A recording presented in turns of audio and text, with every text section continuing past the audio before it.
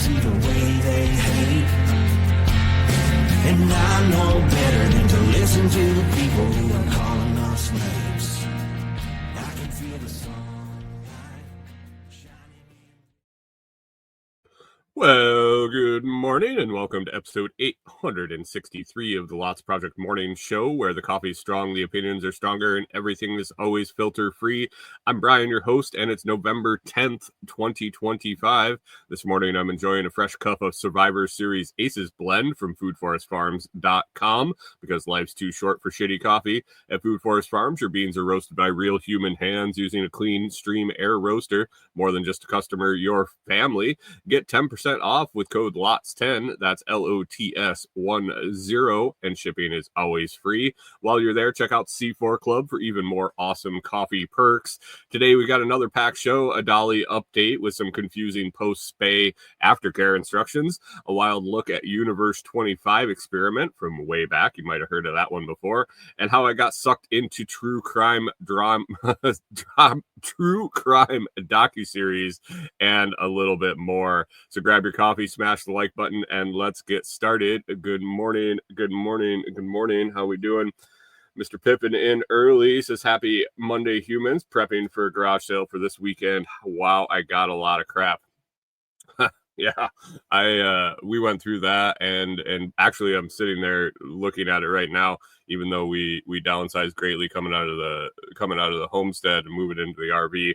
Once we sat down and we realized that we were going to be building the cabin, I've been accumulating products from Amazon to do reviews and tools and stuff to build the cabin, and it's piling up. Quickly running out of room. Good morning, Mike's Homestead. How we doing? Good morning, Rewilder Life. 13 degrees. Yeah, it's a little chilly here. Wood stove is rolling pretty hard this morning. It looks like, I think it's like 28 degrees outside. Yeah, 28. That's enough of that shit. Tomorrow actually is supposed to be colder. I think we're down into the low 20s overnight, and then back up into that 70s, 50s. 70s, 40s swing. That's gorgeous. Absolutely love the temperature this time of year with the highs in the 70s and lows in the 50s and 40s. But man, these little cold pops. It's too early for this. It's only November 10th. A little sip of this Survivors Pack Aces blend this week. I think it was a couple weeks ago I was drinking the 8th blend, which was fantastic. It was definitely one of the best blends that Brian has sent out. Brian has sent out from Food Forest Farms. This week I'm hitting up the Aces blend. And little notes from Brian on the Aces blend.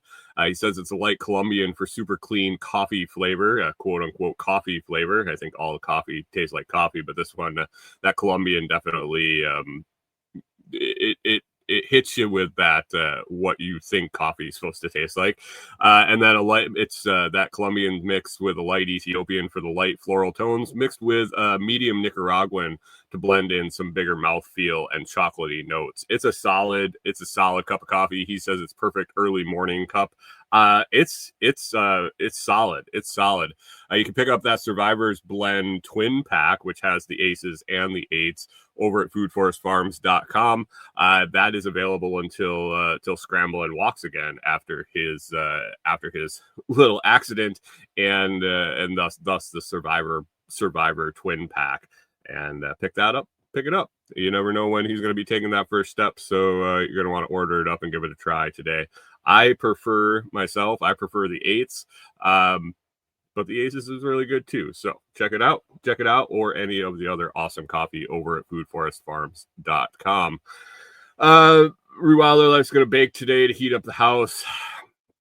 Yeah, we don't have an oven. Oh, we do have an oven. We literally have never used the oven in the RV. Since we got it. It just seemed like such a pain in the ass to go through the hoops to get it to light and use it and relearn all the temperatures and how it cooks and all of that. And it's super tiny. Like I don't think I don't think you can fit a frozen pizza in it. Maybe a little Tony's frozen pizza, but nothing of any significant size. So I don't know if Pip was around last week, if he was in the house when he won the Bitcoin guest contest for the week. Man, you were within 500 bones for the no prize, but man, you nailed it last week. Let's go and see who guessed this week and what their guesses were. On the screen there, you can see my guess was 119,669. I didn't come close. Bitcoin price currently on the ticker tracker 106,005, 106,005, $106,005. My guess, not even close, 119,669, way off. Canadian Farmstead threw a guess out of 112,500. Not bad, getting closer. John Palmer, 101,232. That's pretty close, but not as close as someone else. Mike's Homestead slid in with a 113,124, 113,124. Not that close. Scrambling with the all ones, 111,111. Not as close as Carson and the winner this week of nothing. A winner this week of nothing is Carson over in the Telegram chat, and with his guess of 108,321. 108,321. He was only about $2,000 off. John Palmer sliding into to second there in the contest with no prizes with 101,000. So Bitcoin took a little dump this week. Definitely some buying opportunities if you're looking to pick up and looking to stack. We were dipping below 100,000 there a few times during the week. We were talking about it over in the chat. I encourage you, if you're a fan of the show, or if you're a fan of just hanging out and bullshitting on, topics across the board over in the Telegram chat all the time. A lot of bullshit and a lot of serious stuff, questions asked and answered, and all sorts of fun stuff. You can find that at t.me/lots chat. Like, go to your web browser, type in https colon, is that a colon slash backslash t the letter t.me/lots chat, LOTSCHAT, if you want to come over and hang out in the Telegram chat. If you don't use Telegram, definitely a decent little app there for individual communication, for following different folks. If they're over there on Telegram, you can and they have a channel which is basically a one-way communication to a lot of people. You join the channel, and it's almost like a Facebook page where the person that has the channel can post out information to people, and there's no conversation there. And then group chats where large amounts of people can be in the same chat room and talk about whatever. And that's what Lots Chat is. And it's a good time. It's a good time. So Bitcoin, it's going along. I was digging in, and I was looking at the 4-year cycle, the halving cycle. Good morning, Martinson family. Thanks for stopping in. I should make my prediction for next week too. So 119,669 this week. So we're at $106,005. I think we're gonna have a good week this week. Let's say I'm gonna take Scrambling's cue, and we're gonna do 111,111. So 111,111 is my guess for November. That'll be November 17th. So if you want to get in on that, you can head on over to the Telegram chat and throw your guess in for the Bitcoin price next Monday morning on the show. I'm doing a $111,111. I guess you could throw it in the chat here. It's just easier to keep track of over in the Telegram chat. And since there's no prize, you got to follow the rules. So, I was looking at Bitcoin and the halving cycle. So every 4 years, if you don't know, every 4 years, Bitcoin goes through a halving cycle where the reward for mining a block on the blockchain, it's cut in half. And then it usually follows with a bull run over extended period of time, and then a drop off, and then kind of I think it's called crypto winter, and it kind of peters along, and then another bull run, and then goes into the halving again. So just looking at historical timelines of the period after the halving, where the price peaks usually, and it's usually a big run up in October, which has just passed. The halving was earlier in I believe it was earlier in 2025. What was it in 2024? 2025. I'm sorry, I didn't verify that date. It's been a blur since the halving, but it was supposed to peak. The average peak date would put this halving cycle. The peak should be around the end of November, so November 29th, I think, was the actual average of all the halvings, and then I think this was the fourth halving. If you average the dates of when the peak of the bull run post halving was, it was November 29th, and that's coming up pretty quick here. So either the pattern is going to change. Well, the pattern is going to change at some point. The run has not been as significant as it has been in past, or the date's going to be wrong, and it's going to be extended out. So lots of outside factors in that, especially adoption into the industrial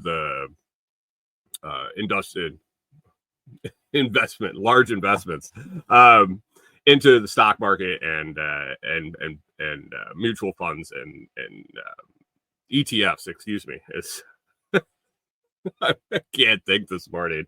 I slept really good with the cold weather.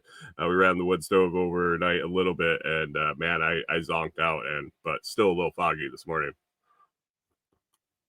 But we'll see what happens with Bitcoin. If it just kind of I don't want to say fizzles this halving cycle, or if it breaks the pattern and it goes on a run later on, or if it's just Wilder Life says I need more coffee. Yeah, I do need more coffee, but if I slam it, if I just guzzle it down, then I won't have any to finish the show, and that would be sad. That would be sad for sure. So, but anyway, we'll see how Bitcoin does. I'm not getting rid of mine. I continue to plod along and earn it where I can, and pick up some where I can, sell things for Bitcoin when I can, and just keep stacking and see what happens.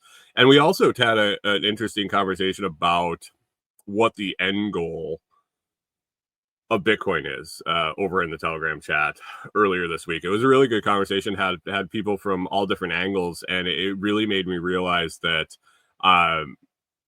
the end goal with Bitcoin really depends on your situation,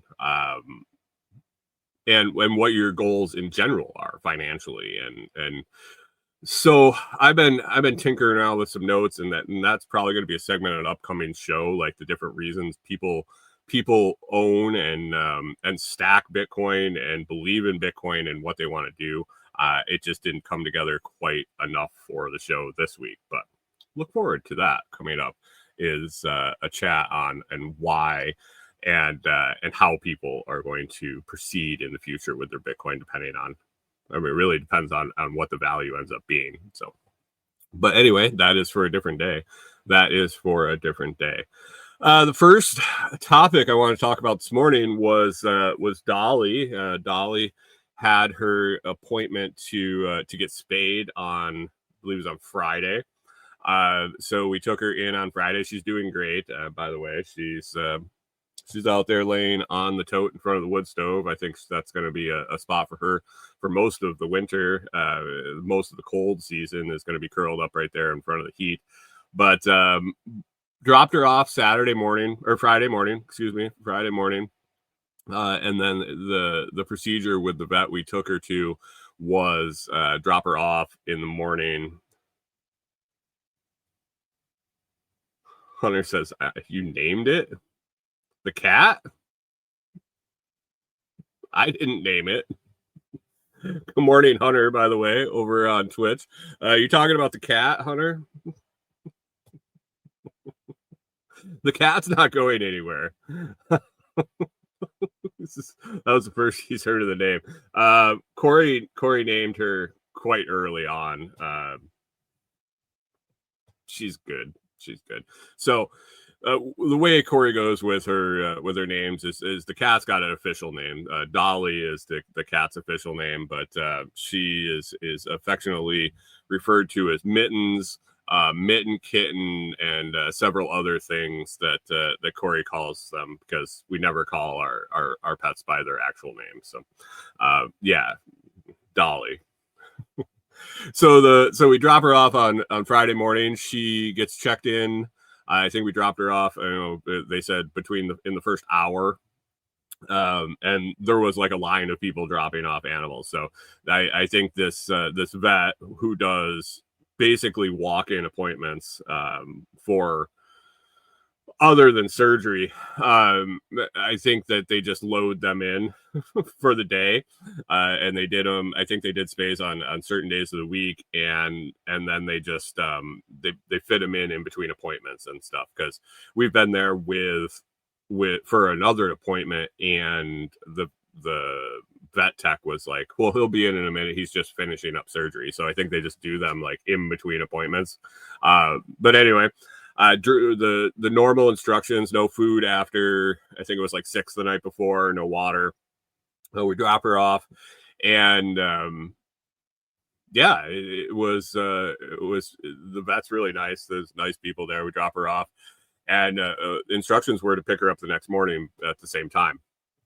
And so we called that afternoon, and she did fine. They gave us an update, said she did great. No problem. Pick her up the next morning. So Corey, being a responsible pet owner, and not having ever had an animal spayed, we've always had male dogs. When Corey got her one kitten, it was a male, and then the female that she got was already spayed through the Humane Society when we had our cats before, which, when they were gone, I said never again. And I just love my wife enough that this one's here to stay, I guess. Anyway, we didn't know how we were supposed to care for her after. Can she not run around? Can she not play? Do we need to feed her different? All of that stuff, all the aftercare instructions for a cat being spayed, we weren't sure. So Corey looked it up, and she went through it, and she was prepared, to try to follow the instructions. And I got a quick list that was very similar to hers, share with you. The internet said, the first 24 hours are going to be groggy, sleepy. And I wasn't sure if this first 24 hours is like if they do the spay and you pick them right up after, or if this was like more of a long, like the next day. But basically, going to be groggy, you're not going to want to do anything. But then the restrictions are what kind of caught my attention. It said activity restrictions from 10 to 14 days after surgery. You're going to want she should not jump up or down from high places, wrestle with other pets, run, zoom, rough play, not lick an incision. And it basically said, it's tough to stop all of that, but you're really going to want to limit it for 10 to 14 days. And we're thinking, okay, well, she plays with Clyde all the time. The dogs get wound up. She wants to play with them. The dogs want to play with her. This is going to be tough. And watching her overnight and things like that. Those were the activity restrictions. The incision, we're supposed to check twice a day, and keep an eye on that. That's obvious, I think. When it said, we asked if it needed a cone or a suit, like a onesie thing to keep them from getting at the incision. It said Most cats need protection for 7 to 10 days with an e-collar cone, soft cone, or one of the cat onesies. And then that they should come home with pain meds, that they'll probably be on those for 1 to 3 days, and to follow the dosing instructions given by the vet. Eating and drinking, normal appetite usually returns within 12 to 24 hours. If she won't eat, keep an eye on that, call the vet. Use only low dust litter for a while, and just keep an eye on the incision with the litter getting stuck in it. And if she's not peeing, to take her to the vet. If she hasn't peed in 24 hours, she's doing all that fine. Stitches, normally at this point, they're using absorbable, dissolvable stitches and shouldn't have to take them back for that. But keep an eye that they don't tear open and bleed and stuff like that. So this is for 10 to 14 days. And we're like, wow, it's what we expected after the dogs and the neutering and how to take care of them and whatnot. It's what we were expecting. But we were trying to figure out how to make it happen and how to take care of her the best we can. And so we were talking about it. She had been looking it up for quite a while, and she's like, I looked it up, and we both kind of putting our heads together to figure out how to take care of this cat when it came home. And so we didn't have a cone for her. We didn't have a suit for her. We were like, we'll see what the vet says. Sometimes instructions are different. And so we were kind of bullshitting about it. And then Saturday morning we got up and we went to go get her, and we walk in and they bring her out, and she's in her cat backpack that Corey has. I don't know if I told you guys about the cat backpack with the clear bubble on the back. Like, she literally can put the cat in the backpack and take it for a walk. The cat bounces around quite a bit when we take it for a walk, but she enjoys going in there with it sitting on the floor, and it has an expandable little mesh porch that she can go in. So it's basically a travel, I would say, like a travel kennel. She really likes it. She feels comfortable in it. So that's what we were using instead of the hard-sided crate. And so they bring her out. She's in that. She just kind of like looks a little lethargic. She kind of looked happy to see us, and she wasn't too pissed off that we had left her there. But we're talking to the vet, and we wanted to get their aftercare instructions, like what they say. And so Corey's like, so what do we get, pain meds, or what's the deal with taking care of her? And they're like, oh, she's fine. And we're like, wait, what? We're like, well, do we need pain meds for her? She's like, well, not really. Maybe. Maybe.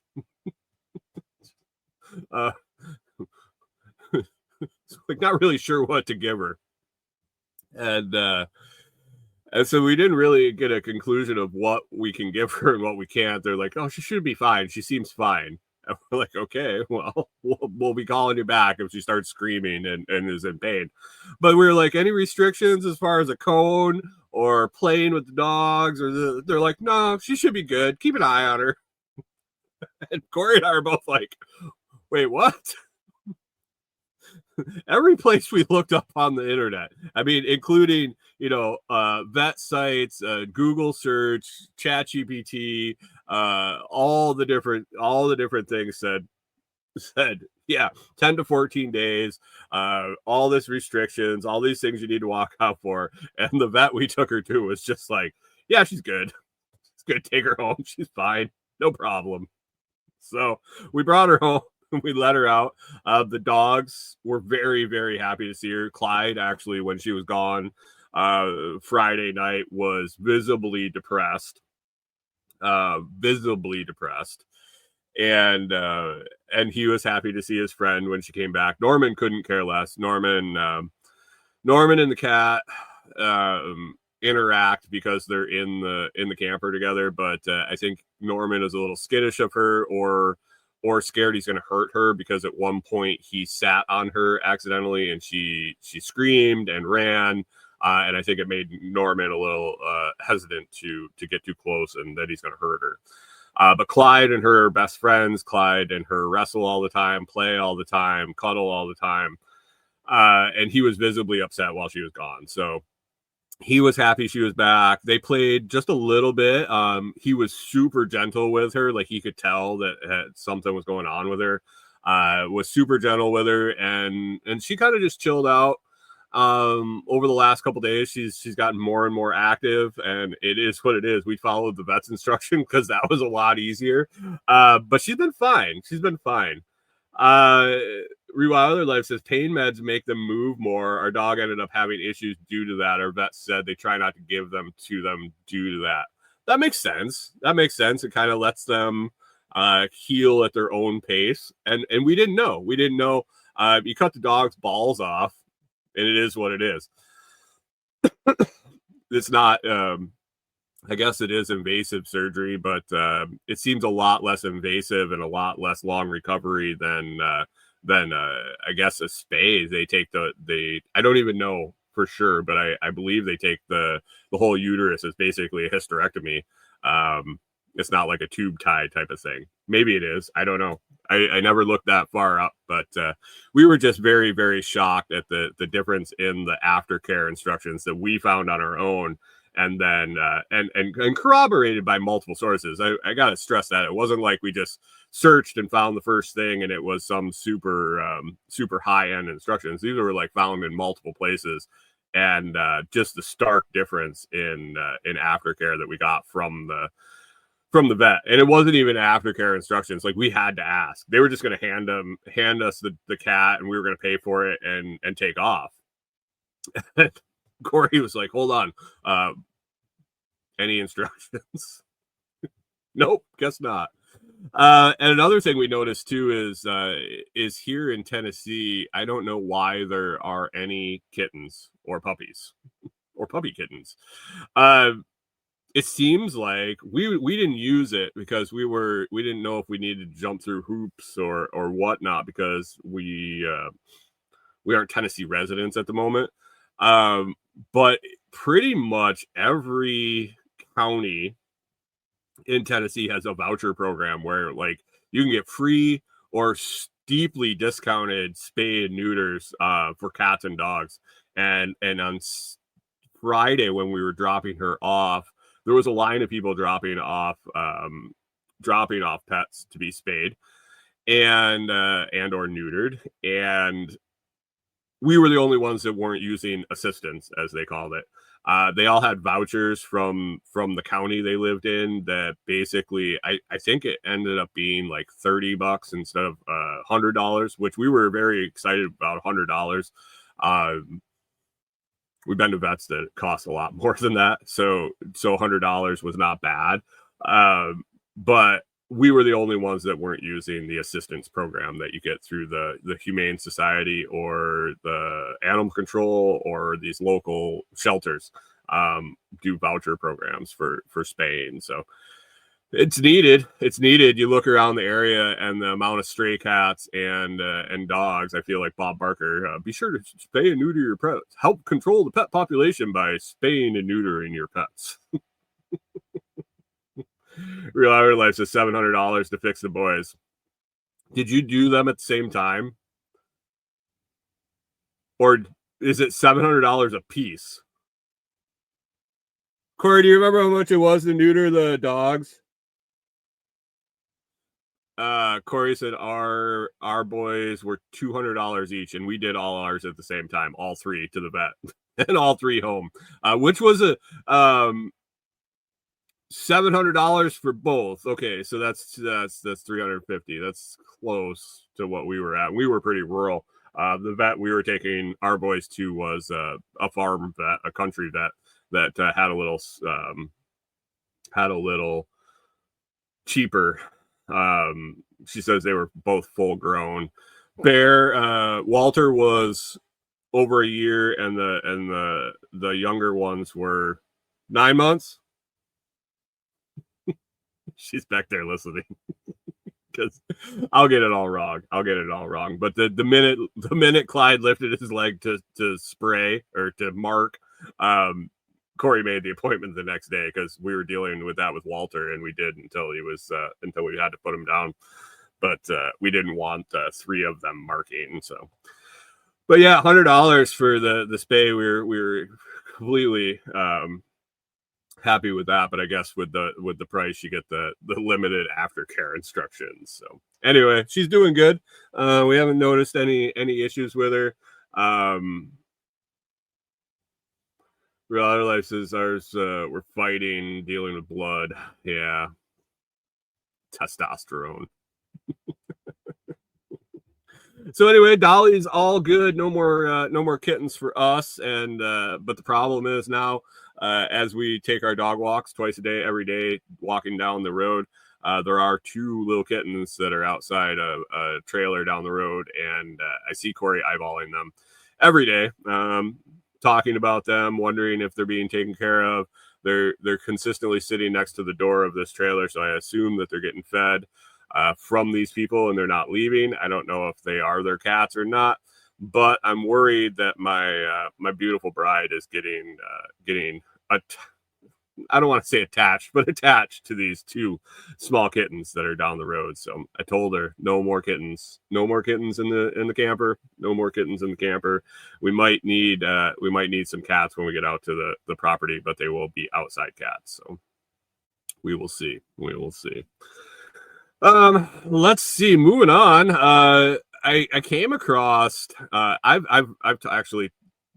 heard of this and looked at it quite a few times over my years. Pip says, so what you're saying is no more kittens for now. No more kittens till the next one. Till Corey decides she wants another one, and it is what it is. It's easier to let Corey be happy than not happy. I like to make her happy. That makes me happy. So as long as it's tolerable, and which I think we're at the limit. She tried to explain that we had Walter in here with us, and he was 160 pounds, 140 pounds, whatever, up there, well over 100 pounds. And the fact that he's gone and the cat only weighs like 8 pounds, 10 pounds, or whatever she weighs, we can get a lot more kittens and still be underweight. I don't know if that's a valid point, but that's what she was trying to explain to me. But anyway, I was rolling through, I believe it was Facebook, the other day, and I came across a post about Universe 25. And I had seen Universe 25 or read about it. I didn't see it. I wasn't alive in 1968. But I knew about Universe 25. I'd looked into it. I had actually read a few different things about it. But it had been a while. And so I was like, oh, Universe 25. And kind of read this article about it. It was obviously an AI, like let's tell the story and get clicks. It wasn't somebody's analysis of it, and it was just AI probably picked it up off the interwebs and made a post about it, and I read it, but it got me thinking again. And for the people that don't know what Universe 25 is, it was an experiment in 1968. A guy named John B. Calhoun was going to make in a lab. He was going to make a mouse-utopia, and it was going to be an experiment to see what happened when a colony of mice was given unlimited food, water, nesting, no predators, basically everything they need and nothing that's going to hurt them. The goal was to study what happened to the population when all physical needs are met and overcrowding becomes the only pressure. So basically, they were free to do whatever they want and populate until they filled the room or overpopulated, or that was just what his experiment was meant to do. So he made this large enclosure habitat called Universe 25, and started out with a small number of mice and took care of them basically. And it turned out that there ended up being 4 phases to this experiment. What the mice went through. The first was the population boom. There was a large population growth. Everything looked great. They were thriving. They were happy. There was no fighting. There was no fighting over food because they had all they wanted. There was no fighting over space. As the population exploded, there began to be overcrowding because the only limiting factor in the experiment was the size of the habitat. There became social tensions. There became competition for mating. There was territorial stress where living space was becoming crowded. And then there was some behavioral changes. There became aggression, a lot of aggression, basically over mating and food. But with all the food provided, it was almost a false aggression for food. Isolation. A lot of the mice would start to isolate, and then maternal neglect. The mothers basically stopped taking care of the babies, started even being aggressive and eating the babies, their own offspring. And one of the reasons that was concluded was no space, and also that there were just so many babies, just having babies, and it flipped a switch in the maternal the mother mouses. And then something weird happened at the end. There was a point where all the mice stopped mating. They stopped parenting, and they basically all withdrew from interacting in a society together. And it basically it collapsed. The whole society collapsed. They gave them more space after this had happened, and the society never recovered. They weren't able to adapt to a new size space. But even if they were, I think it was concluded that even if they were given more space, they would continue to do the same pattern. Mike Homestead says, sounds like the welfare in the projects. I mean, has been definitely paralleled Universe 21 or Universe 25, excuse me. Hold on one second.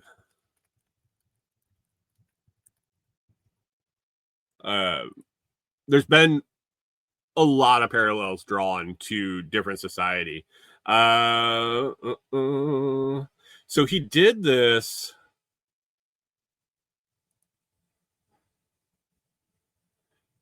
He repeated it several times, and it didn't end up in my notes. Maybe it was 25. Yes, that's probably why he named it that. 25 more times with the exact same results. So it was actually done 26 times with the same exact pattern of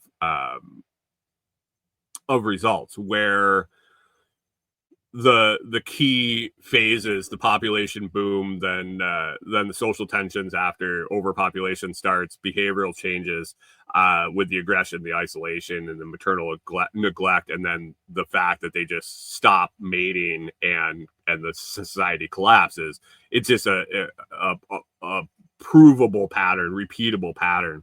Up to 26 times this happened. One of the groups of mice that developed in this experiment repeatedly was what Calhoun called the beautiful ones.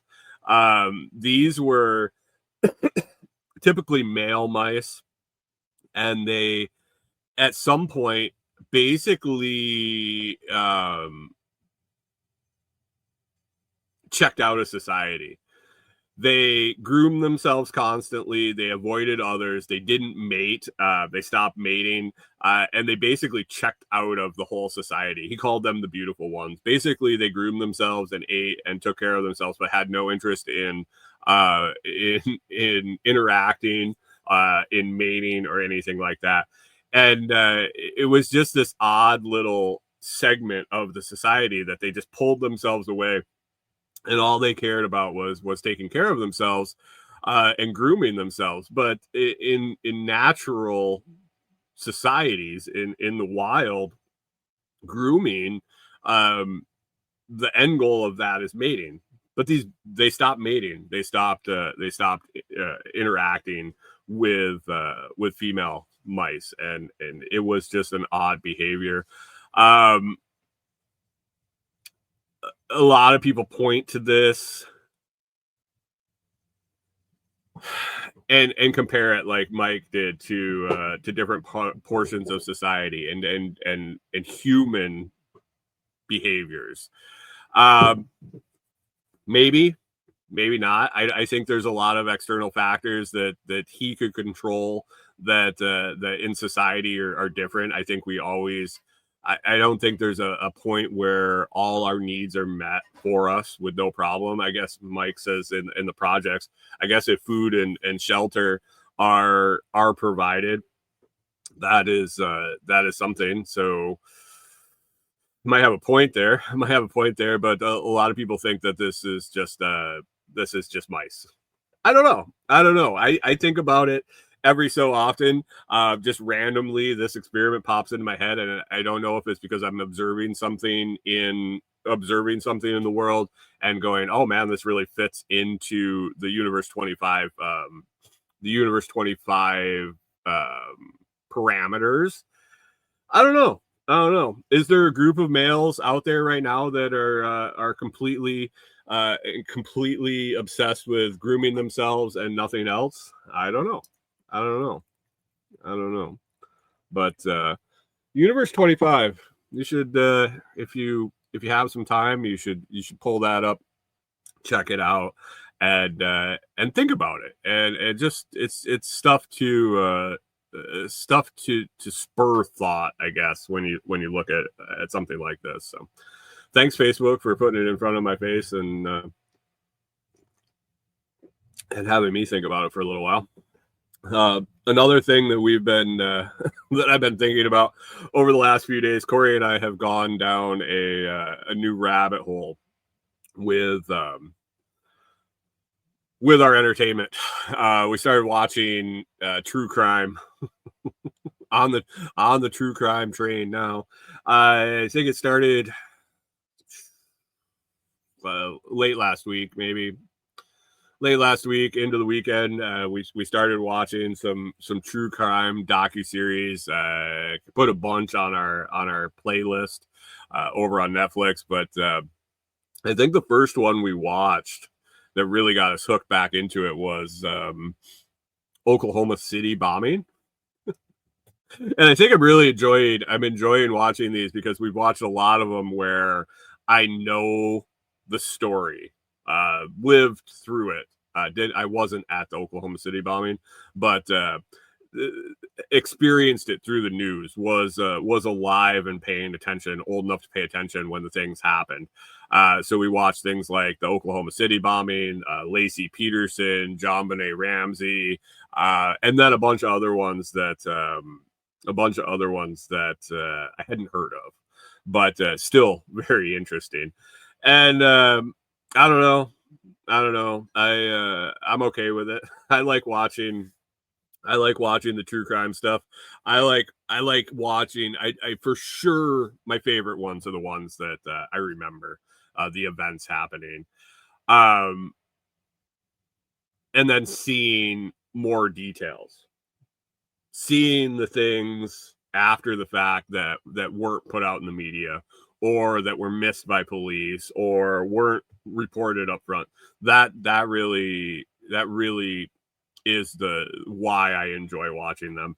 And then with the new stories, the stories I haven't seen before, the whole thing, and trying to trying to figure out who done it throughout the whole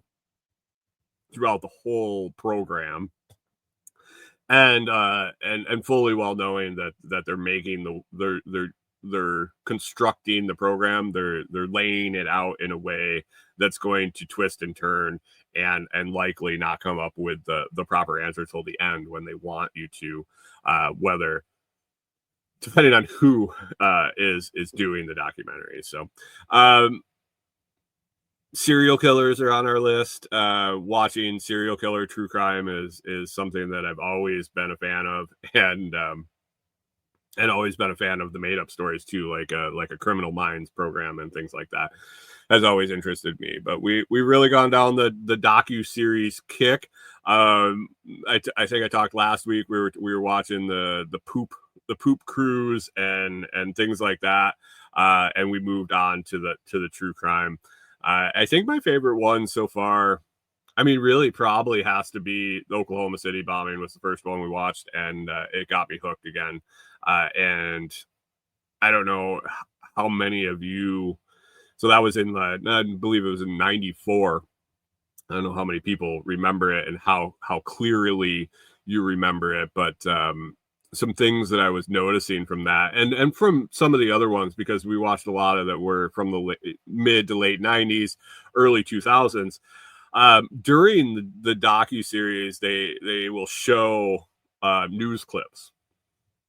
They will show what the news reporters were saying, what the public was saying when they would interview people on the street, what the police were coming out with, and the news looks the same.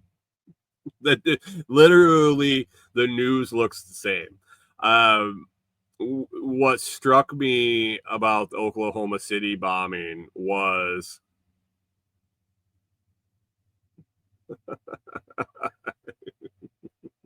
Hunter says, I recorded over one of my mom's VCR tapes. What was it? Your birthday? Your birthday that you recorded over? Did you record over something important? But watching the news reports of the Oklahoma City bombing and what came out immediately after it happened made me chuckle. And then we watched a couple other things that it really everything is a Middle Eastern or a Muslim guy or guys in a vehicle that did it. Hunter says, I don't know, but she was mad. You should ask her. The immediate response to the Oklahoma City bombing, and multiple people called in to report this, was 3 Middle Eastern men in a van driving to the building, leaving the van, and then escaping. Reported multiple times. And so the initial search was for Middle Eastern guys, terrorists. And we're talking in 94, before 9/11, before anything like that, where it would be on the tops of minds. I guess I was young enough where I wasn't really immersed in that culture yet, and understanding who was the stereotypical bad guy. But to watch the news gobble that up and lead the public to think that it was Middle Eastern guys, it turns out to be two white dudes. But also once they found Tim McVeigh, and whether you think Tim McVeigh did it or not, or what it was, the whole thing, basically when they announced Tim McVeigh, the media went down the right-wing extremist and the militia and the videos they were showing. And it just makes me chuckle because it's similar to today. It really is. The way things are reported, the keywords, the buzzwords, the more it changes, the more it stays the same. So watching these and going back and hearing the way they talk about them, and I haven't watched the news, so I could be totally off base. But reading the buzzwords, reading the the articles online instead of watching the evening news. It's the same shit. It's the same shit. What is it? 30 years later, 30 years, mid 90s to the 2025, and we're all in the same patterns. Oh, so lots of good docuseries on Netflix. I don't know if we've switched over back to Prime and checked out over there, but once we got in the loop on Netflix, they just feed them to us one after another. So interesting stuff for sure. One last thing I had on my list today.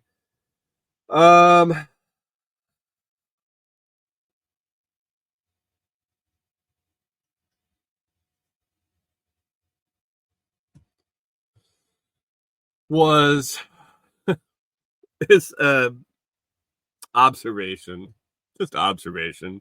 Corey and I have talked about this for quite a while. It wasn't necessarily when we got here. That's not when it started, but we've talked quite a bit about it since we've been here, and since we routinely at the same relative time walk the dogs down the road. We go in the morning, we go for about a mile walk. In the afternoon, we go for about a half-mile walk. And we're in the same relative time period that we're doing this. Morning, one in the mid-afternoon, and we see the same cars.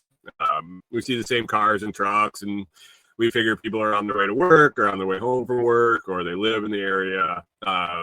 Wave to a lot of people. We've had people stop us in other places. I think I talked about it on the show. We had somebody at Lowe's say, "Hey, do you walk your dogs in Saltillo?" And "Oh, I drive by, blah, blah, blah, blah, blah." She also invited us to church, which happens a lot around here. But anyway, we have a lot of observational data. Corey's very good at remembering data. I think it comes with her job. But remembering makes and models of vehicles and who was driving. Really notice speed, especially on this road. We notice speed. We notice who kind of gets over when they're passing us, if there's nobody else coming the other direction, which normally there isn't. When there are people coming both directions and they're going to meet up near us, it just turns into an absolute shit show. We literally move off the road quite a ways, far enough, and people would literally stop on the road and wait and wait to pass. And it as much as I appreciate the thoughtfulness, it makes me wonder what happens when they come across the car just driving down the road, if they're able to pass it, since we're completely off the road.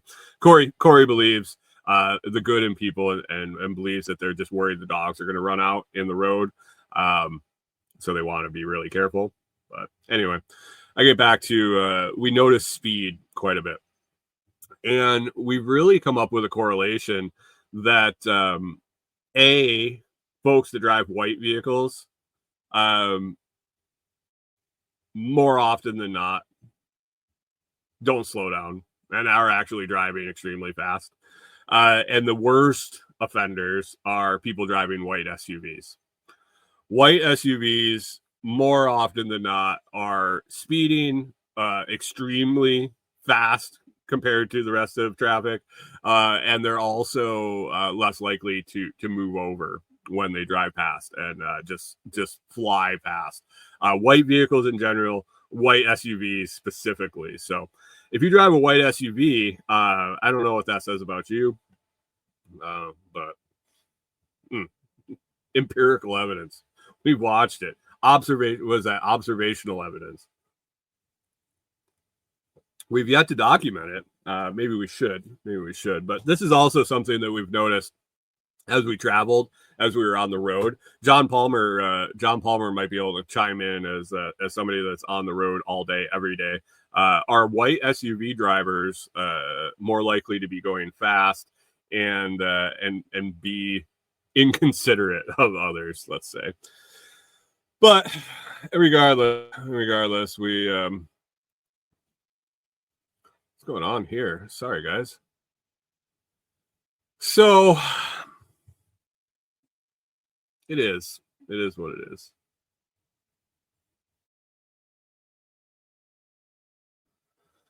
Hunter says, "Happy birthday, Marines! Just noticed the date. Happy birthday, Marines! Semper Fi.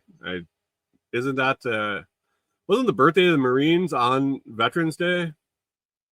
I know it was the end of the war, Armistice Day. The Marines were the day before.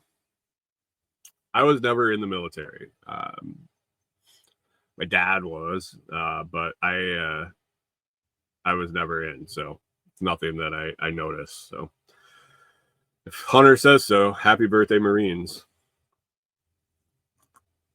Get you some. Other than that, guys, I don't got a whole lot.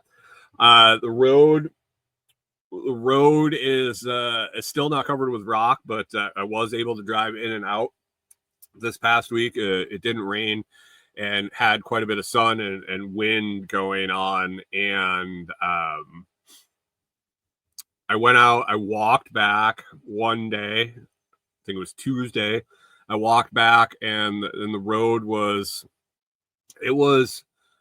hard. I have to describe it. And even this weekend, Corey and I went out and walked out to do a little planning.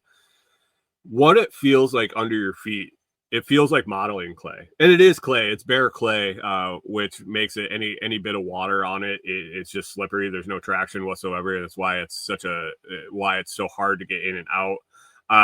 But right now, the consistency of the road is basically like modeling clay under your feet. You step on like the ridges, and a lot of places where it's packed down, it is super hard. But like if there's a tire track going through it and you step on the edge, it almost feels like you're squishing modeling clay in between your fingers, but it's under your feet. I went out on Tuesday and noticed that there were tire tracks that our friend that's back there, that's got another property that's staying back there currently, had gotten his SUV unstuck. It looked like he had been in and out a few times. I walked back that day. I did what I had to do. I walked back out. And then the next day I decided I was going to drive in. You make fists with your toes.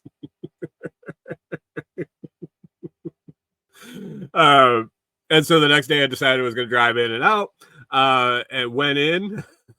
So right now, the bad spots is two separate hills, one huge, long, pretty decent slope hill, but it's very long. In the other one is a probably the same steepness, but very short. And on the way in, you're going down the long hill, and and then up the short hill. And on the way out, you're going down the short hill and then up this long extended hill.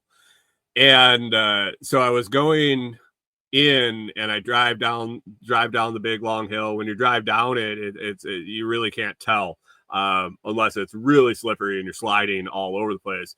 But going down it, I wasn't accelerating. There was no resistance. I was just rolling to the bottom of the hill. And then the next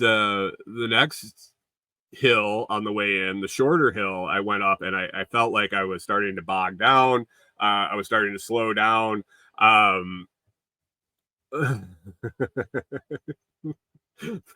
Pip says, strangely, I know exactly where he's talking about. Actually, Pip, it's changed quite a bit. He did quite a bit of work since you've been here and changed the topography of the road in and out. But on the way in, I started going up the shorter, not as steep hill, and I was slowing down. And it wasn't very long hill, so I slowed down a little bit, but got to the crown of the hill and continued on. And the rest of the road, it still has chert on it. It is what it is. There's some washout, but like no problem with traction. And so I got done what I got done, and I was coming out, and I was worried the whole time I was there. I was like, oh no, that short little hill is this bad. I don't know how I'm going to make it up the long hill, because it's just, you progressively slow down and lose momentum and lose traction. And when you stop, there's no getting started again in this clay. And so I took off and started driving out. I went down the short hill and sunk just a little bit, and I was really getting nervous at this point. So I got to the top before the long steep hill. There's a crown, and then you go down a hill that's been finished, that's covered with chert, that's really nice, and then attempt to go up this huge, long, drawn out hill. And so I get to the top, and I pause, and I'm like, okay, I'm going to get as much momentum as I can and go for it. I'm going to try to hit this guy's tracks that are compacted down so I don't sink at all. And so I hit it, and I was going up the hill, and I was slowing down and bogging down and slipping a little bit. And then as I got about 3/4 of the way up, there was a spot. That had like dried out. Obviously, as the hill's drying out, the most amount of water is at the bottom. So that was the wettest. It's taking the longest to dry out. And I got about 3/4 of the way up the hill. And then I knew I got to a point, and I was like, I made it. I made it. And I got to the top of the hill, and I was super excited that I'd driven in and out. But it hasn't rained since. I just don't know. I'm nervous about getting a delivery back there. I'm nervous about a delivery truck getting stuck, whether that be because the road isn't in good enough condition, or the driver isn't as good enough driver. But if I tell them it's okay to go and get back there, that they're good to drive back, they're good to drive out, and that truck gets stuck, I really feel like that's on me. So I don't want to make that bad decision. So still waiting on rock, still waiting on material delivery on the cabin, basically working at clearing solar field and prepping things that I don't need any material for, that wasn't going to be done until we were really ready to move out there. All the progress is a little progress in the right direction, but this is just kind of throwing all our stuff for a loop. Windows and doors are scheduled to be here this week. If the original timeline when we ordered them was right, I'll be getting a call this week with those. So then it's going to be time to decide, can the driver get in? Can the driver get out? And how long can they hold on to them for free? Because I may have to find a different place to store the windows and doors until the rock gets on the road. We'll see. We will see what they say too. Having that conversation with people that are delivering it too is something, and what their trucks are capable of. I mean, dump trucks get in places that I would never drive my pickup. So we'll see. Anyway, we're going to wrap up here. We're after 7 o'clock, and we're going to wrap up, move on for the week.